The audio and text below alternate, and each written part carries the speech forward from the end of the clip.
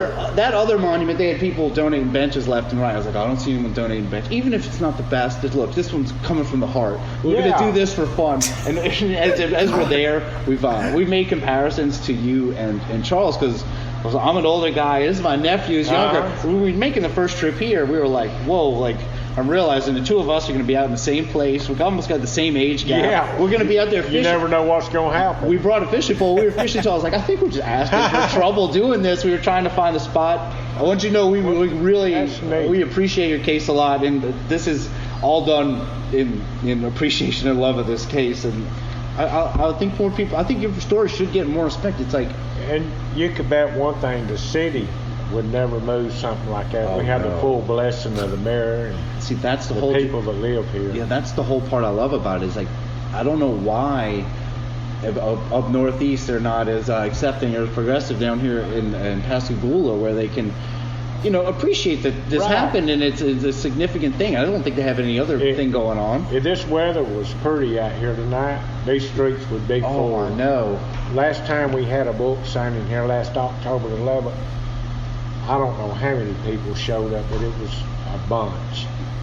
Yeah, you see, they messed up. They would have been a bunch. And now it makes perfect sense. He understands the bench. I don't know why I went that deep into it, but I think you had to. Because you were excited. Yeah, you get going on that train, and obviously he's interested, and he's not like rolling his eyes. I think you'd be able to know if he wasn't totally stoked to hear all this too. I like that you asked him if he knew who Jonathan Reed was. Classic. Oh yeah, they were in some kind of mortal conflict. He knows Freddie. Yeah, I know all about. Why would he know about Jonathan Reed? I meant the Thomas Reed abduction case, which is how we even came upon this.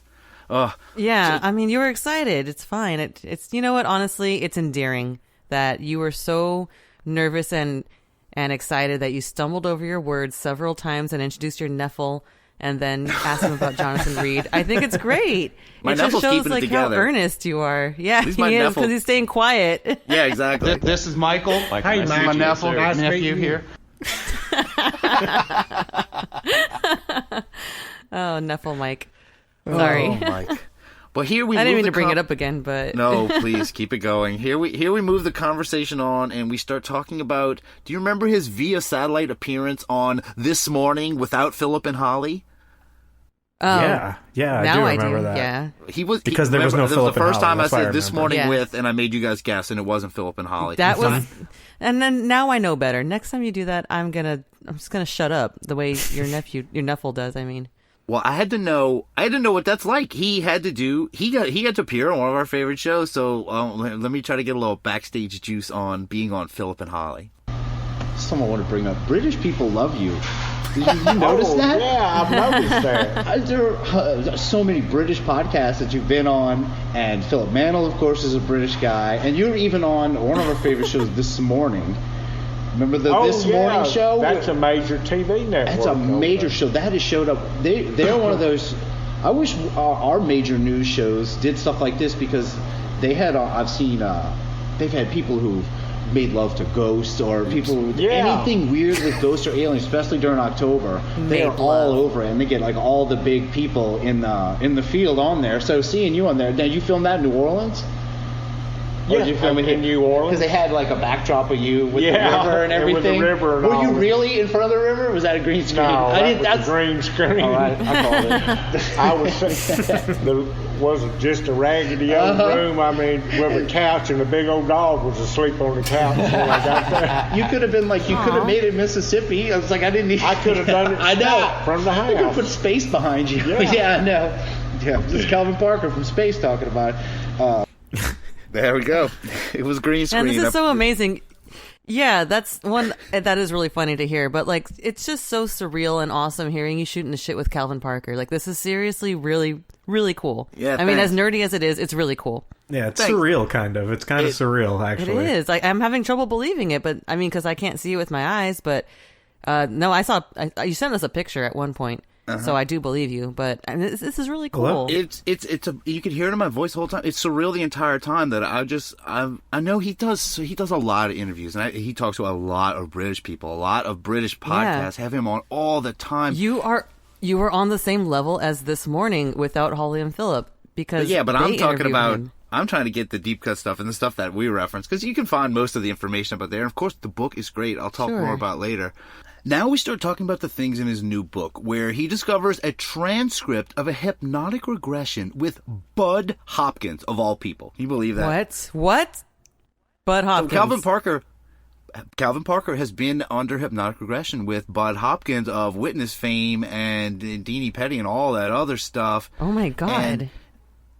And he talks about his second visitation by the aliens and the robots, and the alien lady was pretty. But towards the end here, it might sound a bit out of context, but Michael is referencing how in the first event with Charles Hickson that Calvin's car was affected badly by the ship just being there. So he asked if his boat was affected during the second encounter, which happened on water.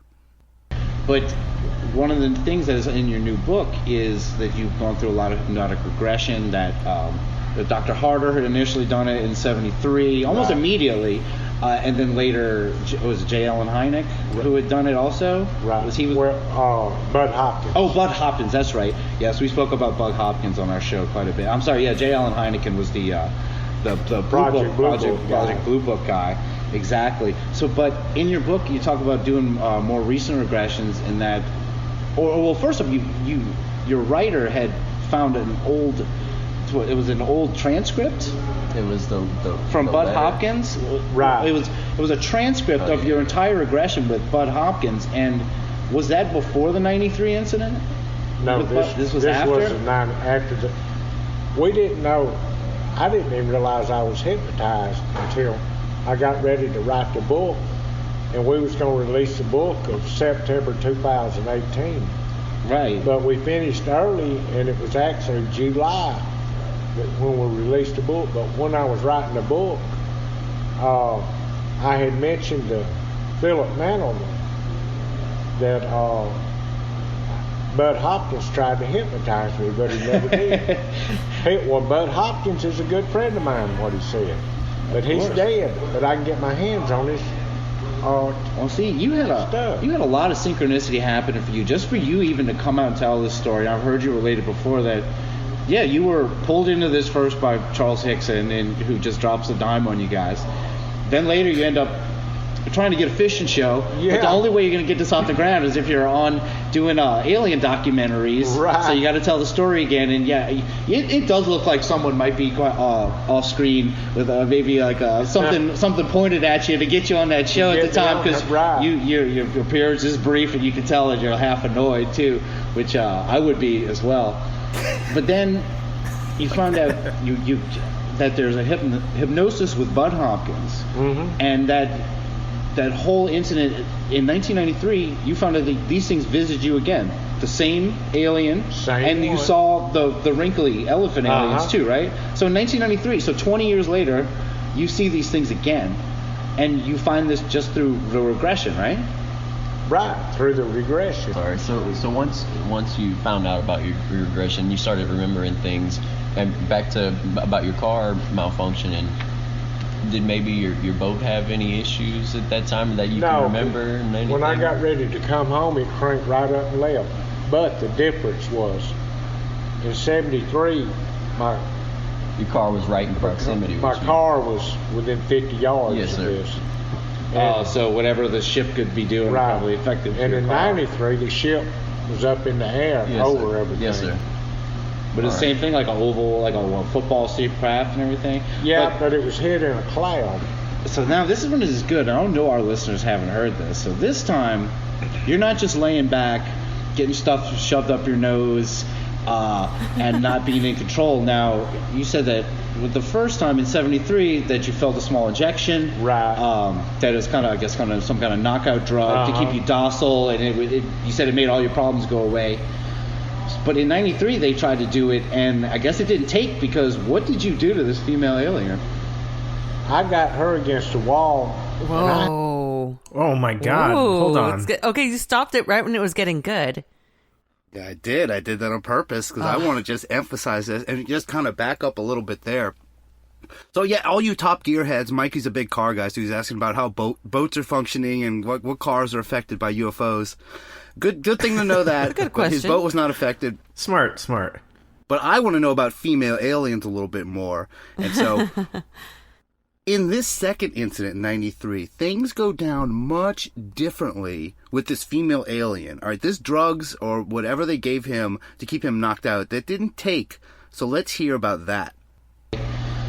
But in 93, they tried to do it, and I guess it didn't take because what did you do to this female alien? I got her against the wall, and I had already made up my mind. I'm sick of this stuff. And I'm sick of people ridicule for not having the evidence with me. So I was going to wrap my arm around her neck. If I found the door, I was fixing to jump out of that thing and take her with me. Oh, shit. And if we both died, then she was going to die with me. But I was going to have her in my hands. Yes, sir. Wow. And that's the part you never hear from anybody. A lot of cases, they're just overwhelmed and people don't have any control. So it's so rare to hear that this happens to somebody and they can actually fight back and do something. Now, what happened? Did the wrinkly aliens come in and try to stop you? No ugly one. No ugly, and you can curse on this show. I don't know if that's even in your nature, but those ugly MFers. So they kind of came and stopped you, right? They did. They put an ass whooping on me. That's great because I want to say you've met people like Travis Walton who have been through similar experiences, and he is completely helpless, and especially in his movie. They always seem obsessed with the nose. They always want to go up the nose, and I don't know what it is about the nose. That in the uvula, right? Remember the thing that went in the back of your mouth too? That was Jeez. But Una, so you get to go to a lot of these alien conferences and stuff and speak. So you've met. We know Travis Walton. What's he like in person? Travis is a great person. He's real calm. He's not real spoken. He's easygoing. He's just an old Yankee, like, where I'm an old redneck. Yeah. He's just an old Yankee that's guy. The thing. Oh yeah, laid back. They say easygoing. redneck can be anywhere. You notice you can have an accent no matter where you live, even if he's up in Washington State where it happened, and. There's more. You guys have so much in common too. So I can imagine I'd love to just be a fly on the wall hearing you guys talk. But there's one thing that y'all have in common, which is Philip Klass, who I hate that name. So do we. Oh, we all do. We all do. Yeah, do you like that? That was great. He hates that of course, bastard. immediately, without even thinking about it, he didn't care who was hearing what he had to say. No. See, that's why I like him. That's why I like. Same with Travis Walton. That you can tell they're sticking to their guns. You are a goddamned liar. No, he's not.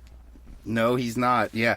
There's just one thing that him and, because he had his own run-ins with Philip Klass, but bringing it back to the beginning of that, what do you think of him fighting back against the female alien and the wrinkly aliens? That was cool as hell. Okay, granted, the way you set up the clip had me thinking, you did that on purpose. You had me and Rob and all the listeners thinking that it was going to go sexual because he had her up against the wall. It did feel like it was going that direction. That was kind of hot, and then it went to something really pretty admirable where he's like, if I'm going to go down, she's coming down with me. I'm sick of not having evidence. I'm sick of people pushing me around, these aliens pushing me around. I thought that was really cool. I could see it going down like a movie.